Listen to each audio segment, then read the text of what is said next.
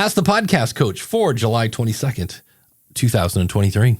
Let's get ready to podcast. There it is. It's that music that means it is Saturday morning. It is time for Ask the Podcast Coach, where you get your podcast questions answered live. I'm Dave Jackson from the School of Podcasting.com. Joining me right over there.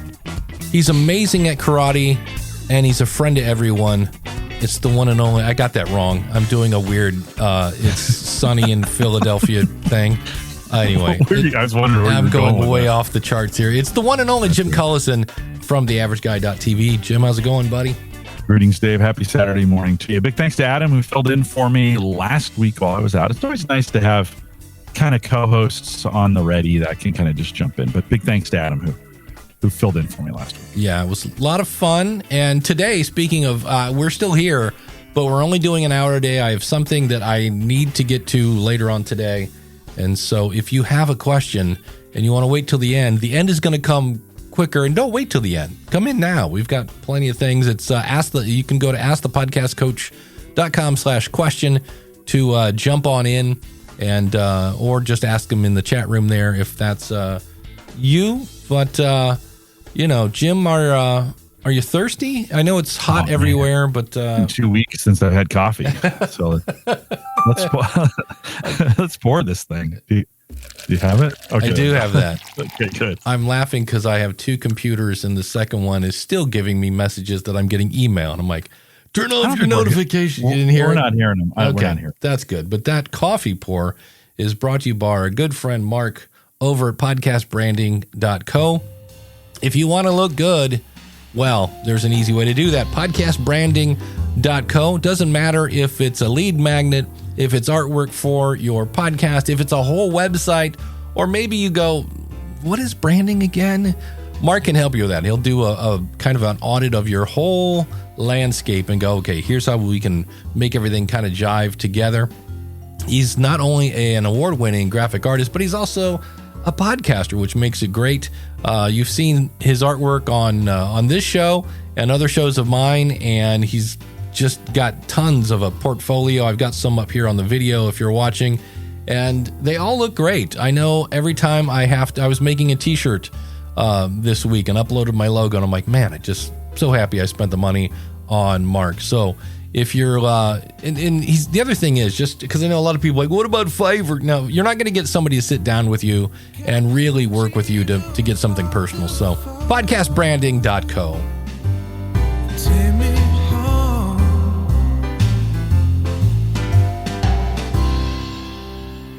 And of course, big thanks to our friend Dan Lefebvre over there, based on a true story podcast.com. 2 episodes since I've been gone, Hotel Rwanda and Schindler's List that he's covered over the last couple weeks. How much were they based on a true story? Dan brings folks on and they talk about that. Very interesting. If you're looking, maybe you just need something different in your podcast player. Check it out today. Based on his true story podcast.com. Dan, thanks for your sponsorship. And Chris Nessie says, I started following Adam last week. Here's the interesting thing about having a show, because there's the Grow the Show with Kevin Schmidlin. I think it's Grow Your Podcast is Deidre over at Cap Show, and Adam is Grow Your Show. And what was interesting is Max came on, was talking about episode titles, and he actually quoted Kevin Schmidlin at Grow the Show. And then asked Adam about it, thinking it was Adam's show. And it's so the joy of having a very similar name to somebody else can lead to confusion. So that's always kind of fun. Chris asked a question here, Chris Nessie. Have you considered doing the Lit and Live thing with this show? That's the whole Podcasting 2.0 thing, where what that does, so here again, Podcasting 2.0 is taking RSS and adding additional features to it. And I have not looked into it. It does not sound easy. It sounds like a lot of coding. And what it does is in about 4 apps, it would alert people, like on Podverse, I think, Fountain, I forget the other 2, that we're live. And they can click a button and they can basically come right here and all sorts of fun stuff. I know it's there. I know the one time I heard Todd talking about it where you have to go back and turn off your stream and all sorts of stuff. And I was like, yeah, I'm not sure. I'm not happy with the people that show up on Saturday morning. And I'm like, it'd be fun, but you have to figure out because like right now I'm using Libsyn and I do the chapter thing where you can like on this show, if you're not like interested in the topic, you can say, hey, go to the next topic. You can see the topics we cover. And right now with Libsyn, it's not that they're not embracing it. They embrace the namespace, but you have to know the code and you have to put it in their old interface, Libsyn 4, to do that. So you can do it. It's just not as easy. And there have been times when I'm like, is it worth doing all the stuff for the chapters? Because, that whole 9 yards. So that's one where I was like, I'm not sure what it is, but, if you're happy, if it ain't broke, don't fix it. But it is something I would like to play with because I like to play with toys, but it's not a high priority at the moment because we got 23 people watching live right now. So that's pretty cool. So I will take that. But our first question comes from Jessica. This was over, I believe, in a Facebook group. Has anyone conducted a listener survey? I'm currently in between seasons, and I'd like to get listener feedback before I launch the next season. I'm interested in what types of questions or data or other podcasters, types of questions or data other podcasters have collected from their listeners. And I was like, I know a guy that works for a company that does surveys. Yeah. There's, for me, from customer service, because I was, for one of my companies that I worked with, I was a customer service guy, and they'd be like, hey, let's do a survey. It was kind of like one of those things like, I don't know what's going on. I don't know. Let's do a survey. And I was like, why? Why are you doing the survey? And then the biggest thing you have to think about, what are you going to do with the content? Because the worst thing you can do is ask your customers, what would you like? And then ignore every ounce of it. I was like, unless they're trying to get you to do something completely different. But I think one of the things she's talking about, like, how do you get people to fill it out? Any insights on surveys? Yeah. Well, one, keep it simple. Keep it really simple. I mean, we spend an enormous amount of time testing our questions, right? Because they're part of our product. So we're always testing new questions. We're always kind of like you said, what are you going to do with this? If you get this kind of feedback, what are you going to do with it? I took my Subaru in to have it serviced at the end of June, and I got a paper survey from Subaru that I opened up, and it was a 1-pager, but they had literally done everything they could to jam just as many boxes onto one page as possible. And I opened it up, and it was just overwhelming. Like I was like, yeah, they gave me a QR code where I could go in and take it online if I wanted to, but it was just too much. And I think sometimes we only really need to know a few things, right? I mean, so keep it simple, few questions, actionable items, actually do something if you can, or say you can't, right? I mean, in today's social media space, Dave, I think oftentimes customers think because they've said it on social media, you're just going to do it, right? There's this and it's crazy. I mean, I don't necessarily agree with that, but hey, I told you to do this, and you're like, yeah, I know, but I'm not gonna. So there's that as well, right? In working with your audience, you're going to have some folks, unfortunately, some of them who get into it and are the most engaged are the ones who give you feedback that you really can't activate on, and then there's a little battle there. So anyways, keep it simple, keep it actionable. Listen, we spend an enormous amount of money protecting our brand so that when someone gets a phone call from us or gets a survey from us, they go, oh, it's Gallup, right? I need to respond to this. I want to respond to it. Not everybody has that. And so just expect your percentages to be super low. Yeah.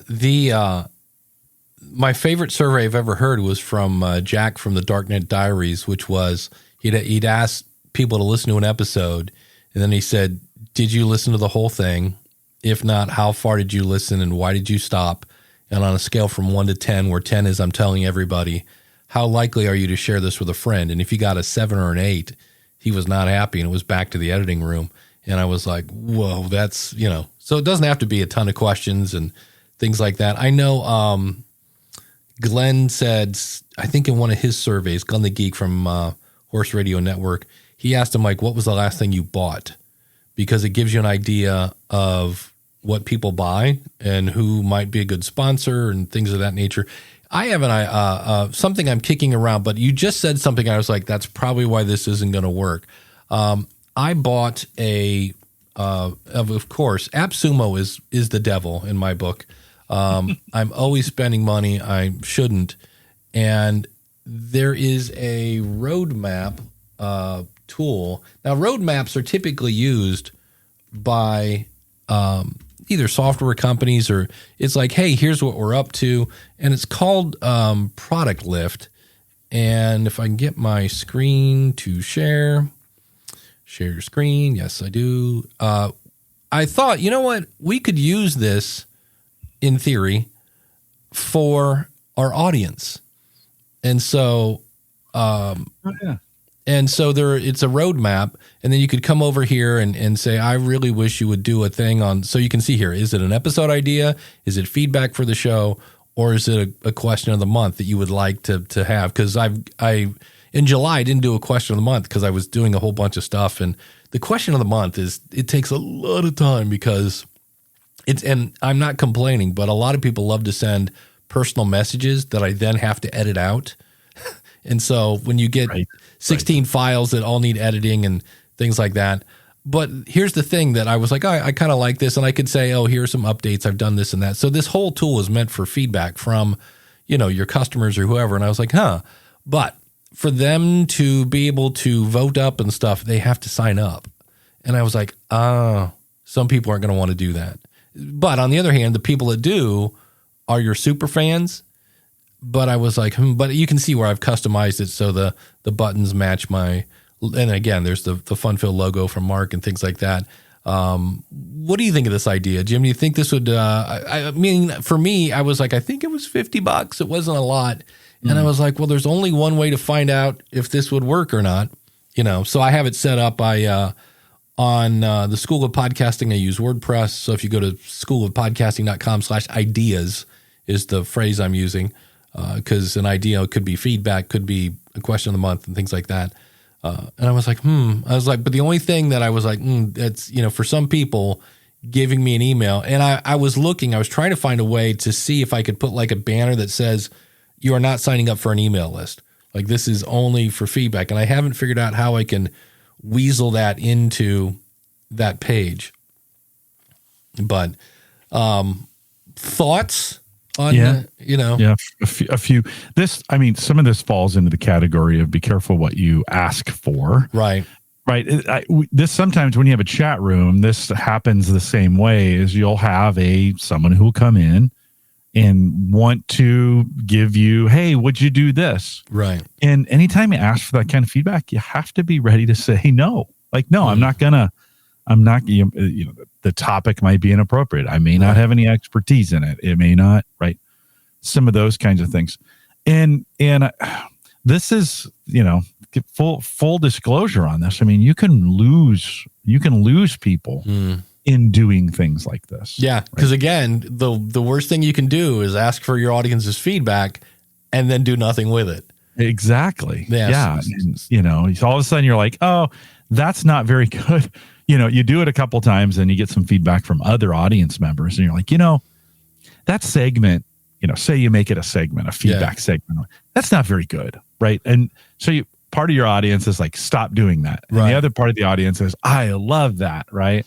And you can't please all of the people all the time. Yeah, I know. I listened to the, I think it's called Buzzcast from Buzzsprout, and they were doing a whole thing on, they called it Boostagram Corner, and they had like 3 people that are like, I hate this segment. I don't know what you guys are talking about. And so they still do it, but it's not it's just lumped in with feedback, because they do get feedback from, people sending email and things like that. And they're like, we kind of wish you would quit talking about all the, this, you can send this show a boostagram if you're listening on a new podcast app at newpodcastapp.com. It's just something that I appreciate everybody who streams and that whole 9 yards. But Coach Dave says, I like having feedback, but I agree with not putting it out at all out there. I use Formaloo. That sounds like something Irish. Let's all go down to the Formaloo and have ourselves a pint to collect. And yeah, sure, Dave. All Irish people are drinking. Thanks, Dave. Yeah. I just got done watching It's Always Sunny in Philadelphia, and they did a whole thing in Ireland. And the whole thing revolved around everybody drinking. So I'll blame it on them. To collect feedback privately. Yeah, there you go. Well, I think we all want feedback privately, but that's, to me, I never thought about this. This could really blow up in my face, because you could have people like I bought, and I've since asked for a refund on, again, AppSumo. There's this thing called Gumlet. And this is where you have to be careful with AppSumo. Like, you have to find somebody who's going to say, yeah, that one's not good. Mm-hmm. Because there was a guy who was in a kind of a round table yesterday, and we were talking about some different things on AppSumo. And he's like, oh, there's this new video thing called Gumlet. And I was like, oh, I'm dying to hear what he says. And he was like, and he said, I see it's gotten a lot of good reviews. And I don't know about you, but I don't really trust reviews anymore, because especially with Amazon has been busting people. And I bought it, and I uploaded a video, and it does a bunch of stuff that I could never use. Like, it makes like 5 different versions. So if someone in a country with absolutely no bandwidth wants to watch your video, I'm like, that's not my target audience. Like, if you don't have enough bandwidth to watch a video, you're probably not going to have an easy time doing a podcast. But I went, and it works with this course software I'm using, but then I went to put one on my website, and it was responsive, which means it was full width video, which means I was huge. And I went over and I said, hey, like, where's the option to like make this like 600 pixels wide or something? And their answer was, oh, here's the code. You can just edit the code. And I was like, no, that's not, there's Loom, there's YouTube, there's all these other ones. I'm like, I'm not really, And that's when I said, no, thank you. But so I was waiting for this guy to say what he thought about it. And his answer was, everybody else says it's great. And I'm like, well, I'm one of the people that said, there's a certain target. Like, if you're really into SEO, I think it's more for webmasters, because it was all about SEO in your videos. And I was like, but for ease of use, just upload, copy, paste. I go, no. I go, not yet. I go, I did have at one point a meeting scheduled with, I guess, one of the founders. And I was going to kind of not so much give him a peace of mind, but just say, dude, this is what your competition is doing, and it's super easy, and you're kind of like not. And then it just dawned on me. I'm like, I don't think it's a bad product. I just don't think I'm their target audience. Mm-hmm. So you have to be careful with, there's all sorts of videos. Anything on AppSumo, there are a lot of videos on it and stuff. And I'm always looking for the person that actually bought it and used it, because a lot of people will just use screenshots and things like that. So, DR says, when it comes to Formaloo, sounds more like something on HR Puff and stuff. Well, there's a lot of this audience that has no idea what HR Puff and stuff is, but I do, because it was in the 60s, and I'm dying to know what those people were smoking when they wrote that children's show. It's like a talking flute and all sorts of strange. And Coach Dave said AppSumo has a returnable for 60 days, and this is the second thing I've returned. And in both cases, it was like, one was I use a tool, and it came back, thank goodness, called Brandy. And where if I do an interview, I think if you go to schoolofpodcasting.com/press kit, it redirects to my Brandy. And Brandy kind of went offline for a bit. We're like, hey, anybody know what happened to Brandy? And so there was a guy that came on and said, like, oh, I do the same thing, and I bought it. And I was like, no, you don't. And so it's always kind of tricky when you get into these different programs. But the other thing, just to kick off, Jim, if you ever can you think of a rabbit hole that you've gone down that you're like, when you got done, you were like, oh, geez. There was one time Uyghur and I went down this rabbit hole on crypto, and we started arguing, and was totally unnecessary. Like we got done in the end, like, what are we doing? Why are we arguing with each other? So yeah, I've done those sometimes. Mine was, again, this gumlet thing was so I went through and I'm literally Googling 16:9 calculators so I can adjust this code. And I was just like, why am I doing this? And then it dawned on me, I use Loom. Loom has unlimited videos, unlimited bandwidth. I've been using it so long, I got grandfathered in at $8 a month. And I'm like, how much money, because it was like a one-time fee at AppSumo. I'm like, how many months would I have to use this product to say it was worth buying when I'm only paying $8 a month? And I spent hours playing with this thing. And I was like, ugh. So be careful sometimes with the new shiny stuff, because it's like, ooh, unlimited video forever and blah, blah, blah. And in the end, I'm like, yeah, like it's going to save me $8 a month. You know, that's really not going to break the bank. So be careful with the bright, shiny stuff. Coach Dave has a question here about last week we had, no, it was the week before. You were here when the guy from, was it Sweden that jumped in on his phone? Yeah. Nilo. Yeah. Nilo. Yeah. And he said, hey, my guest came in via cell phone on StreamYard for an interview last week. There was a clicking noise in his stream the entire time. I know depending on, like right now, Jim is listening through earbuds, but if he was using that as his mic, I see people that don't even think about it, and the cable running on that. When Jim has his long earrings in, that can scrape up against the microphone. Or I wear my necklaces. That it can brush. Yeah. So that probably wasn't the case with this one. Probably more likely was a hardware issue of some kind. This is the hard part, right? So you never really know. It could be a bunch of different things coming in on the phone. Phone could have been underpowered and was trying to, or had bad bandwidth. And so what happens sometimes, and again, this may or may not be it, but what happens sometimes in those cases, as the audio is catching up, it creates this digital click in it. And so you'll just hear this weird, sometimes it's consistent, sometimes it's not, sometimes it's there all the time, sometimes it's not. So that can be another underpowered hardware, bad microphone on the other end of that. We were doing a town hall meeting just on Friday or Thursday, maybe it was Thursday. And their computer wouldn't work right. And so in the middle of this Zoom call, they had somebody else continue the presentation, and then they brought this person on their phone. And their phone was actually better than their laptop. Oh, wow. Right? The sound was better. The video was in portrait. So, that an unexpected consequence of that. But so it could be any of those. And I have heard of some weird clicking issues with StreamYard. Don't know what it is, and I don't know why it is, and I don't know when it happens, but that's not the first time I've heard somebody say, I was using StreamYard and I got clicking. Not a global thing, by individual users. So, Coach Dave, I think it could be any of those pieces. There you go. And I forgot to do this. And now, he's been waiting for this. It's time for Jim to get his nerd on. My favorite part. It's my favorite part of that. So if you have a question, we are at askthepodcastcoach.com/live. We have people asking in the chat room. If you want to jump in to the video is optional. Go to askthepodcastcoach.com/question.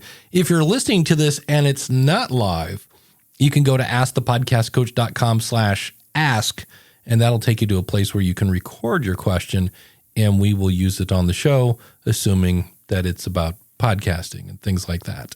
So, so Jay says he's experienced the clicking thing with StreamYard.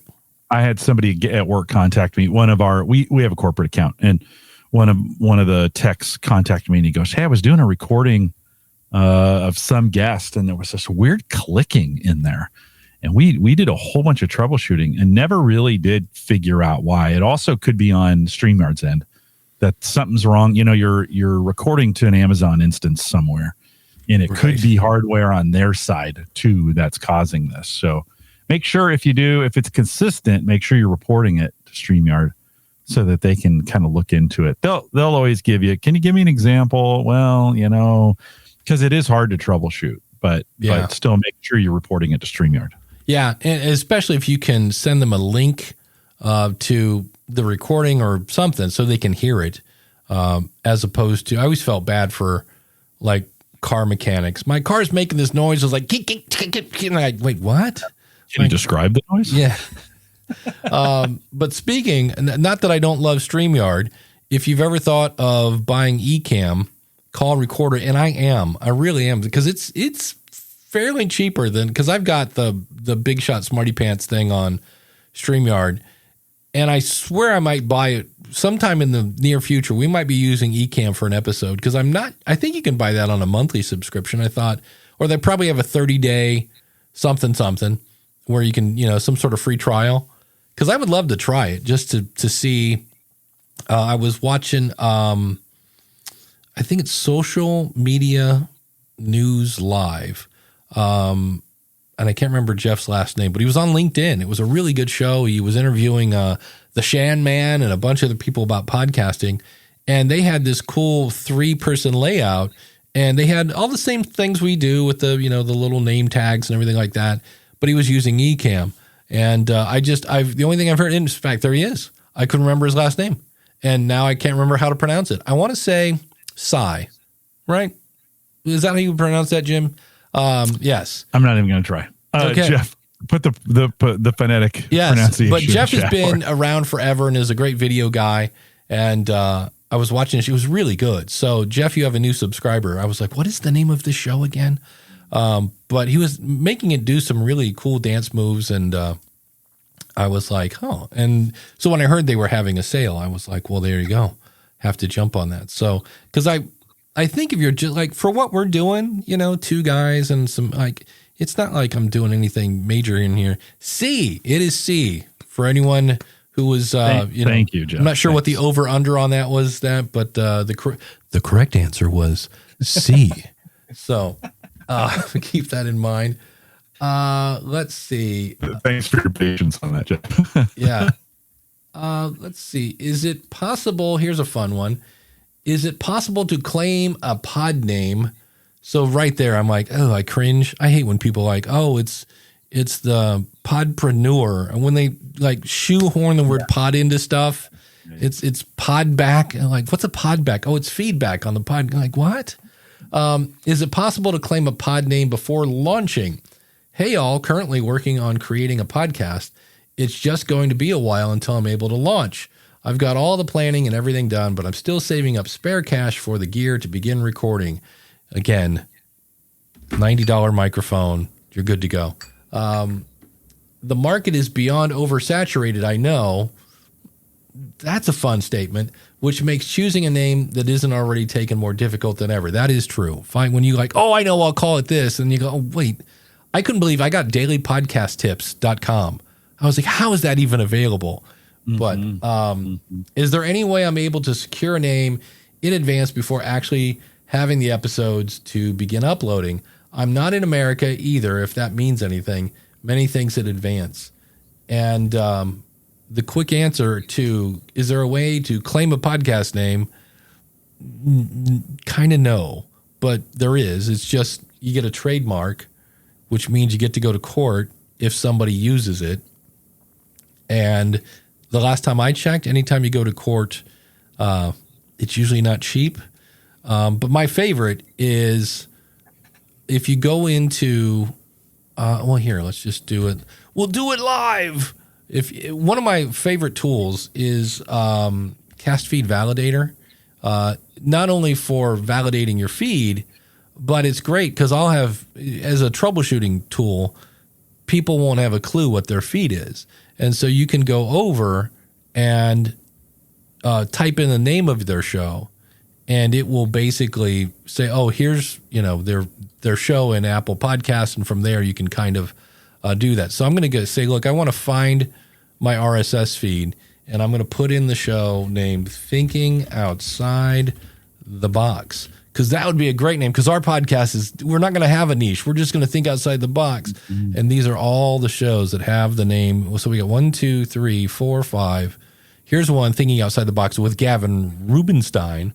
Thinking out. So is there one on fire? Thinking outside the box on fire. But you know what? Now, is the box on fire, or are you on fire as you're thinking outside the box? It'd be terrible to be podcasting in a box on fire. That would be. Yeah. But the other thing is, this is another one I see a lot of people do. My guess is they're using PowerPress or something, but in their media host, because when you sign up for your media host, they don't know your name, and they just smush all the words. There's no spaces. It's just Thinking Outside the Box, all one word. And I'm like, how are people going to find your show when you get kind of cute with the spelling? How is your audience going to find you? If you're like, oh, we spell it with a K, not a C. You're like, okay, but they're not going to find you if they can't put it in there right. So, it's just one of those things. I forget what the website was. It was like podcasting school, something. And I kind of was like, hey, like any chance, I was very nice. I wasn't mean and nasty. Like, you need to change this or I'm going to sue your family. It's like, hey, any chance you're kind of like bumping up against my brand there? And the guy was like, yeah, go pound salt. And I was like, all right, now do I get a lawyer involved? And I was like, So. What was that site, Dave, that you were using? Cast Feed Validator. What it's great for, the original purpose is to find, you throw your feed in there and it'll be like, yeah, this is invalid. Your image is too big. It's great for troubleshooting a feed, which usually starts with, hey, my latest episode isn't showing up in insert app here. So the first thing you want to do is see, hey, is your feed valid? Because if it's not, then we got a problem. And from there, and then if they go, if it's if I'm doing this and it's not a Libsyn person where I can figure out what their feed is, I can go there and find out, oh, well, you're using Anchor. You can also see a lot of times Anchor people will be on Anchor. They'll come to Libsyn. They'll, unfortunately, again, resubmit their show to Apple. So they end up their duplicates in Apple. And that's an easy way to see, oh, okay, well, this one, the source is Anchor. The other one, the source is Libsyn. So, yeah. So is that the right one? Cast Feed Validator? What did I say? .com? It is .com. It's Blueberries, right? It is Blueberry. Yeah, they bought that a couple years back. Jeff has it on fire. He says, I have it when everything is on fire. Accounts on fire, cooks on fire. I remember ones Firefighters on fire. Firefighters on fire. I always loved librarians on fire. It just was like, and that's still happening, by the way. I forget, I ran into an on fire show and I was like, really? We're still doing that? But it just, okay, well, it's your show. We're not. They can do what they want. Yeah. Again, we always say you can do whatever you want as long as we can still judge you for it. Yes, it's castfeedvalidator.com. Here's another fun one. Since I realize this is kind of visual, but it's not. Podnews.net. If somebody goes, hey, like, because I always say, don't say, find this podcast wherever you find all your other podcasts, send them to your website where you have the follow links. And you're like, how do I get my follow links? Well, the quick answer is go to the app, and usually there's a link there somewhere. But if you're like, I don't want to have to go to Apple and Google and Spotify. So if I go to podnews.net, he said, sharing his screen again, what James has done, because James is a giant nerd, so Jim, I'm going to put in home Gadget Geeks, right? That's it, right? Yep. Yeah, you got it. And I go search. I can see where it's in here. Oh, because you have a video version. You have a couple different versions. I do. But I have video large, video small. Yeah. So if I click on this one, in theory, okay, there's your links to Apple, Google, and Spotify. But there's also links to like Bullhorn, Cast-O-Matic, all these other ones. So it's really easy then. If I go, I need Jim's link to Apple, I can just copy the link address, and put it wherever I want. Enjoy the kaleidoscope. I will. Singularity. Yes. We're in a black hole. I will put that into the chat room. So if you want to subscribe to Jim on Apple, etc. So this is an easy place to go to get the links in the event. You're like, wait, But here's the other thing. Look at all these. It's like, now notice he has the three main ones, Apple, Google, and Spotify up here. Because down here, if you put all these on your website, a brand new to podcasting person is going to go, I don't know, what's a Luminary? What's Steno.fm and Pod Hero and, some of these, like, and what's this G-Podder with what looks like a depressed grimace as the mascot? Like, what the heck? So that's another fun, from your good friends at the support staff at Libsyn. These are hacks that I know to do that. Oh, I see where I tried to put a link to your show in the chat room, and it's okay. YouTube said you can't put links in the chat room. What are you doing? It should let you. You. Yeah, I'm a big shot smarty pants. I have admin rights. It doesn't matter. Just find Home Gadget Geeks. You'll be fine. Yeah. And then DR says some of those badges are not correct.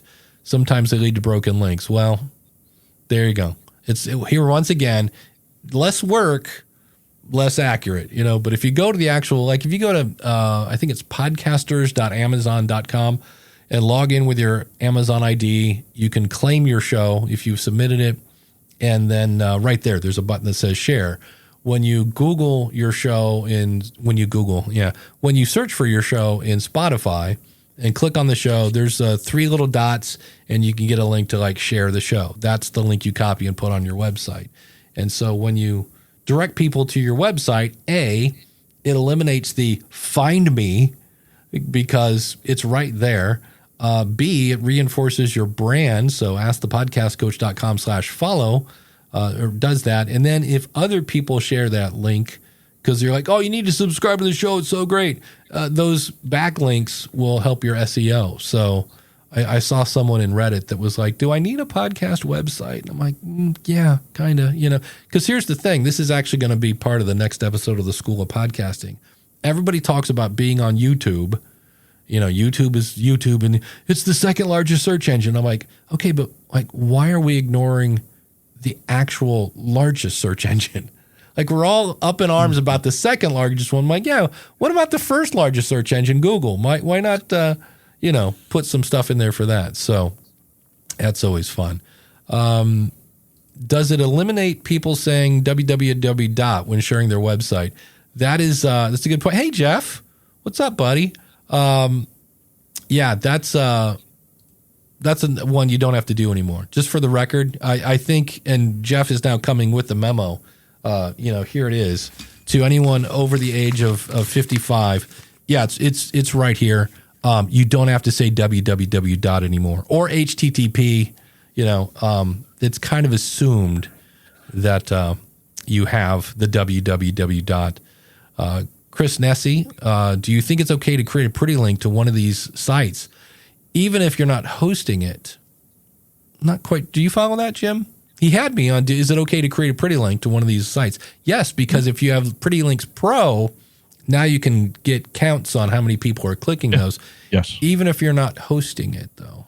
Yes. Yeah. Okay. So he's saying, can I point people to James? Yeah. You could. Yeah. I would.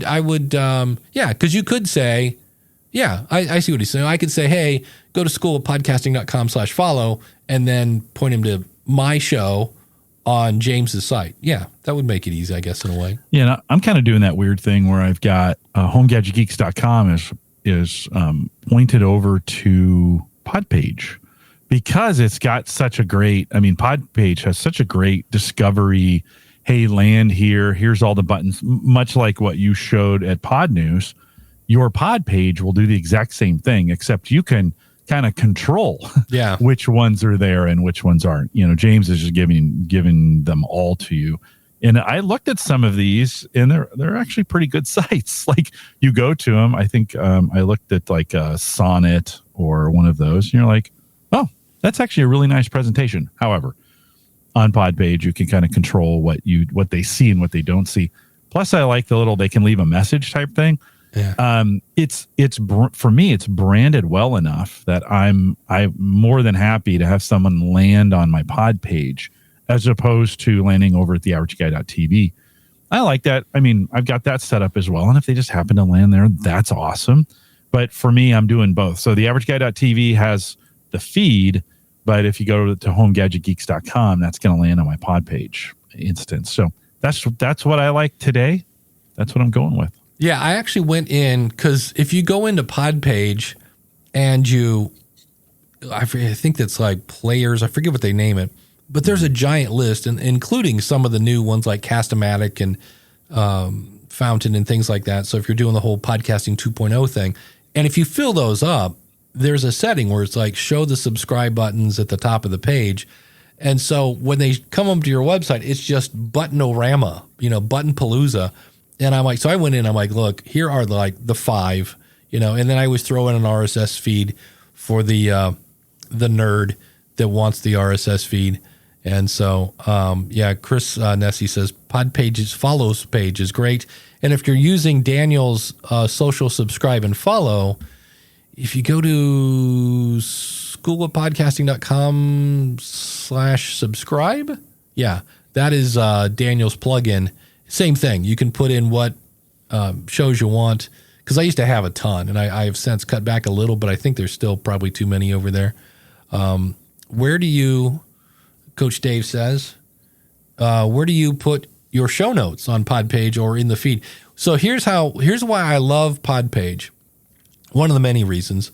Or if you're using the other one, podcastpage.io, they both there are a few of these where you put in your feed and it spits out a website. So in Podpage, which uses the information in your feed. So I'll put, again, eye-catching title, and I'll put in this show, we do such and such and such. And then I always put links to anything we talk about. So today it'll be a link to Product Lift and a link to James's site and anything like that. And then a paragraph or so to help the listener decide, do I want to listen to this or not? And then maybe chapter markers, but that's up to you. But particularly just a little bit, because I don't see people, and this is one of those things where we assume people consume podcasts like we do. So like if you give me War and Peace in your show notes, I'm not reading those. I'm just looking for the link to the book you talked about. So I give my audience what I think I want, right? Now, so you put out the new episode, Podpage goes out, grabs the RSS feed, takes that information, puts it on your website. Great. I go into Podpage, and now I will expand on that because now I'm in the land of Google. Remember that number one first engine, and I will expand on my show notes because this is what Google wants is more words, not so much the people on the app, but Google does. And so that's how I do it. I expand on Podpage to do that. Any thoughts on that, Jim? What are your typical show notes? No, they go in WordPress, and get ready to thank our awesome subscribers. Don't forget, we just have an hour today, so we need to do that as well. But so I put them in WordPress. Everything's there. I point everything back to that. I use a pretty link, theaverageguy.tv/ then the show shortener one, right? HGG, whatever the show number is. So it just is easier that way to have it all on my site, on my WordPress. But then that pushes everything to the various sites, including Podpage. Great way to do it. I just started paying for Podpage. I never had used as many of the features because I was kind of on the free plan, and they're changing their plans over there, right? No more free. You need to have some kind of subscription. So I started to pay. And all of a sudden I was like, you know what? I need to take more advantage of, there's some great stuff over here for paid stuff. And there's a paid subscription. There's more stuff coming. That's going to be really cool. Yeah. What's your link if someone wanted to sign up for Podpage? Try Podpage is my affiliate link with the blessings from Brent. I go, hey, I'm going to put your brand in an affiliate link. Is that cool? And he's like, it's an affiliate link? And I go, yes. He goes, yes. And spread it everywhere, please. And I'm like, okay, cool. Good. So, Coach Dave, in my case, a contractor controls the WordPress and the feed platform. I set up a pod page. It's hard to keep them in sync. There is a tool. You can go into episodes and all episodes. And on the right-hand side, there are a couple different, like you can say, hey, go check for an episode. It's typically pretty fast on updating. But if not, you can, because I know if you go back to your media host and you add something in, the actual show notes in the feed, you have to go back to Podpage and say, hey, go back and look at that because it's kind of a one and done. So you have to kind of manually tell it, hey, go look for new stuff that's there. So it'll do that. But yeah, when So he has, because my thing here controls the WordPress and the feed platform. So it sounds like he's using something like PowerPress for the feed. Because I'm like, if he's using PowerPress and has a WordPress, like, why is there a pod page? So I'm a little confused on that. But speaking of awesome supporters, we have one waiting in the wings. We'll bring him up here. The one and only Max Trescott. How are you, buddy? Hey, good morning. I'm here reporting live from the tire store. Excellent. How is the tire store? Is it rolling? Well, here's the problem. I got screwed. There was my tire picked up a screw, so I'm picking up new tires this morning. But this perfect opportunity, I wanted to ask you. This is kind of crazy. I have for 6 years been doing the things this way, and I'm guessing I'm not doing it right. When I load my new episodes in Libsyn, in the description field, I've always limited it to 400 characters because somewhere I read that that's what Apple is looking for. And yet I use those same 4 characters when I go to publish my episode on WordPress. Should I be doing nice long show descriptions in WordPress and just 400 characters when I upload in the description field? Well, first of all, I've never heard there's a 400 character limit in Apple. There are people that write War and Peace in Apple. Interesting. Yeah, there is a limit. It's I forget I think it's 4,000 characters. Oh man, not 400, because there's a part where it'll do that. But yeah, on your website, like I might have, especially if I have my questions, if I have them someplace, I'll be like, today we discussed this in the interview, and I don't want to give the answer, but I can say we talked about how they started the business and how, using free software, blah, blah, blah. Just to, again, this is why you want to listen to this kind of stuff. So yeah, I always expand it on WordPress or whatever you're using for your website, because that's the land of Google, and Google's not looking for just words. So for everybody who wants to do a transcript and just do a word vomit on your website, they're looking for good words. So if you clean that bad boy up, that would be okay. But yeah, I would definitely expand on that. And you can add more stuff for your episode, because the thing that makes me like, I will, I will. Is this the right one? And now, yes. It's time for a power rant. Yeah, if you want Dave into a power rant, talk about something on your podcast, explain how great it is, and then when I go to the show notes, there is no link to whatever you just talked about. That drives me bananas. So I always make sure you have the links to whatever you mentioned. And that's where I wish all these different AI tools have one cool feature. And Podsqueeze, you have to, Podsqueeze is an AI tool. One of the cool things it does is like, hey, we heard you mention these websites. And I was like, that is so cool, because when you do a 90-minute show and you're throwing out URLs left and right, it's kind of cool that it's like, oh, we heard these. And I was like, oh, why doesn't every, Swell and Cap Show and all these other ones do that? But yeah, so I would recommend expanding those if you want. Okay. And so for the description, I didn't realize there was such a large, 4,000 characters available. What's your guidance on there? I'm guessing you don't want it too long because it's going to make your RSS feed really long, especially if you got 250 episodes in the feed.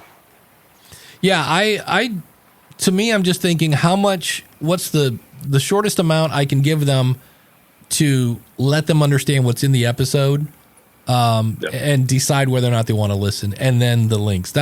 Now everybody has their, everybody has their own way of doing it. That's what I do. Jim, what do you do for your, when you write show notes for your episodes? Yeah, I try to keep them as short as possible, just because I don't think a lot of people read them, just to be honest. Yeah. Right. So I do an intro paragraph that I try to keep that under 600 characters. And it also makes it easier for not all the different places that podcast land is friendly to large descriptions. So I think keeping it shorter is better. I just think it's, so I keep it as short as possible. And then I have longer show notes with the links and stuff like that later. But the intro paragraph, I keep it as short and sweet as possible. Yeah. Got it. So the audience for the description, the 400 characters that I've been doing, are people that bring up the show in their podcast app and then they just happen to look at a particular episode and decide based on that as to whether or not to listen to it. Yeah, for me, I was kind of pictured as the title, I think, is more important than the description, because the title is going to get them to go, hey, wait a minute, what's that? So they've taken one step closer, and then hopefully the description is like, oh, yeah, this is definitely what I want. So, and then they hit play or subscribe. So now I noticed that the subtitle no longer appears in Libsyn 5 when I upload. Do we care much about subtitles? No, and that's why it doesn't exist, because we couldn't find an app that was using it. And if it was, it's like, you know, it's 0.0007% of, you know, downloads. So yeah, it was one of those for years. I was like, and finally somebody put in some sort of like gibberish, like, you know, whatever, some word that doesn't exist, and then just kept going into all these apps and searching for it, and we just couldn't get it to come up. And we're like, we don't think anybody's using this anymore. So interesting. Yeah. Okay. Quick follow-up of last week. I was asking you about doing an index for my episodes, and I did create one. Okay. It runs about 10 pages. I used Microsoft Word as a kind of way to get started. I took all 282 titles, stuck that in Word, spaced it out on 282 pages so that when you run the index feature, a page would correspond to an episode number, if you will. Nice. And finally decided I'm going to distribute it on Patreon.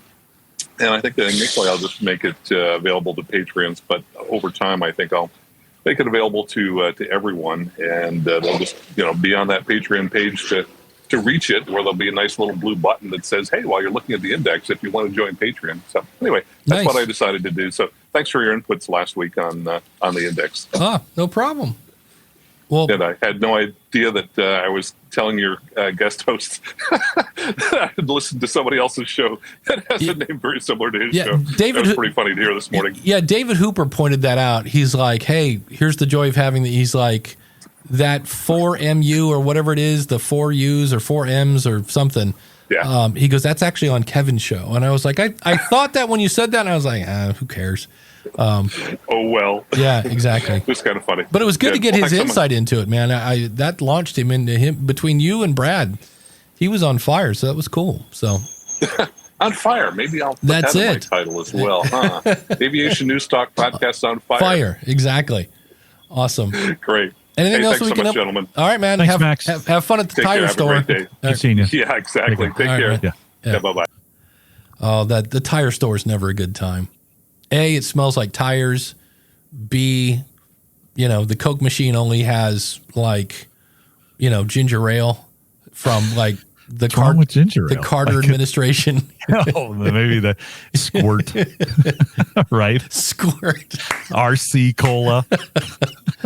But Max is an awesome supporter. We appreciate that. And speaking of that, if you'd like to be an awesome supporter, all you have to do is go over to askthepodcastcoach.com/awesome, and you'll see people there. And also, the show is brought to you by the School of Podcasting. If you'd like to plan, launch, grow, monetize your podcast, we got it all there. It's courses, it's coaching, it's community, and yes, unlimited one-on-one coaching. I'm still having people go, so if I sign up on Monday, I could have another meeting on Thursday. I go, yep, if it's available. So that's one of those things where it seems a little too good to be true. What's the catch? I'm like, no catch. I just like to help people. And we mentioned it earlier. Try Podpage. In fact, Max, was it you or somebody mentioned that having your website / the episode number, if you put the episode number in your Libsyn or whoever your media host is, if you actually put an episode number in the episode number, and you should be doing that, Podpage will automatically make, I know if you want to listen to this show, go to askthepodcastcoach.com/446. Why? Because today is episode number 446. I'll put that in Libsyn, and Podpage will turn that into a quick link. So if you want to check it out, try podpage.com, or if you want to learn Podpage, learn podpage.com. And if you need more Jim Collison, we talked about it earlier today. TheAverageGuy.tv is where you can find his show, Home Gadget Geeks. And our featured Spotlight Supporter of the Week, boy, I barely made that on the slide there. Boy, can we get, if you're not watching this, some bad spacing on some text here, or it just might be PowerPoint conversion issues. We're talking about Felix over at the LatinPodcastAwards.com. Check him out, LatinPodcastAwards.com, where you guessed it. He talks about he has awards for podcasters that are Latin. Yes, LatinPodcastAwards.com. And we're on our journey to 40. If you'd like to be one of the awesome supporters, I think we're standing at about 35 right now. AskThePodcastCoach.com/awesome. And if you were thinking last week, I'm sure somebody else will do it. They didn't. So it's your turn. AskThePodcastCoach.com/awesome, especially if you find this show valuable. And we give you a big old shout out when you do that. So if you join us in the next 2 days, on Tuesday, I will get a haircut. So there you go. So that's the little bit of incentive. I'll get a haircut. Yeah. Z has a question in the chat room. Easy for me to say, I pod faded my shows 1 to 2 months ago, but I want to bring it back. I'm niching down more and want to change the name to reflect that. It is currently about random topics I find interesting. Okay, so here's a couple things. This is easy. Keep going. There's more in the next. Okay. Yeah, keep going. There. Thanks. But I want to switch it to be about food fun facts. Sounds like a great name for a show. Should I let my domain expire in Marchish and then change it, or buy a new one now? I currently like my name and domain name. Well, if you like your name and domain name, here's for me, and he's got one more. The only people listening are friends and family, I think. Any thoughts? So yeah, rebranding is a piece of cake. It's in some cases, if your feed is not tied to your website, piece of cake. My first show was called the Musician Cyber Cooler. That didn't work, so I changed it to Musicians Cooler, big picture of a water cooler. It's where musicians come to trade advice. Change the name in my media host, swap out the artwork, make sure the artwork has a different name than the previous one, wait 24 hours, presto. I usually recommend people put out an episode that just says, hey, it's Dave, or insert your name. Just letting you know, we're going to go through a rebrand. So next Tuesday, when you open up your app and you're looking for Ask the Podcast Coach, we're now changing the brand to Free Podcast Consulting. So the artwork's going to change. The name's going to change. It's the same show. It's like Kentucky Fried Chicken is now KFC. So there's that. So just change the name, change the artwork, change the description. If you want to change the website, that's not a problem either, as long as you're not using, and again, I have nothing wrong with PowerPress, but if your feed is based on your website and you change your website, you just changed your feed, which means you just broke your podcast. So, and for me, Dan says, Lefebvre, speaking of based on a true story podcast.com, you can also redirect the current domain to another one. Yep. I have a ton of those. I mean, for me, domains are a sickness. And so I have a lot that, if you go to this website, like if you, let me think about it. Well, I have daveinyourpocket.com points to some new thing, but that's also the same as, I think I have coaching without calendars. There's a ton. So, so yeah, it's not that hard. If you like the name and the domain, why are you rebranding? For me, a good name, the little test, is if I go to somebody and I say, Jim, I'm doing a show called Fixing Ford Mustangs. What do you think it's about? Fixing Ford Mustangs. There you go. Pretty clear. Right. Pretty clear. But if I go, hey, Jim, I'm doing a show called Red Hot 1965. What do you think it's about? Don't know. Yeah, exactly. So for me, a good show is when I go, I'm doing a show called, Parenting 3-year-olds. What do you think? Like if somebody goes, yeah, okay. So that's why Dave has shows like Ask the Podcast Coach and Logical Weight Loss and Web Tools Radio and things like they're obvious. Plus you want your keywords in there for, again, going back to that Google search thing that comes in handy. I think there's an exception to your rule though, in that titling. When you are on a hyper niche, whatever, where that term is super common in that space, and you're trying to attract that audience to, like my friends over at Single Cask Nation, right? For most people, you'd be like, I don't know what a single cask is, right? but that's a very specific whiskey term, right? And so you, in that space, it means something. And so you can get away with it, I think. Just know you're going to be explaining it to the average person, but if the average person is not your target audience, go with a very specialized title, right? You can do anything you want. Just know that's going to help you. That may help or hurt depending upon who you're advertising to. Who do you want to listen to this thing? So I think that's the one exception. Yeah, it's, again, I always hate to use the word should, because there's no shoulding and you got to watch how you say that. It's just, if it's not working. This is a good question, Jim. Do you have any opinion on, I'm going to try this, right? I'm going to do this with my show. I'm going to give it a shot, see what happens. Mm-hmm. How long do you let it go? Oh, I think you need to go at least 3 months. That's like, does it? That seems to be the answer. I just was listening to somebody else in a marketing thing, and it's like, if you really want to give it a chance, 3 months. So, yeah, and don't, especially after the first show, like you do it, and then if you get some negative feedback right away, you're like, oh, it's gone. Well, yeah. Let it hang on a little bit. I mean, really, if it's really bad, really drive it in for a while.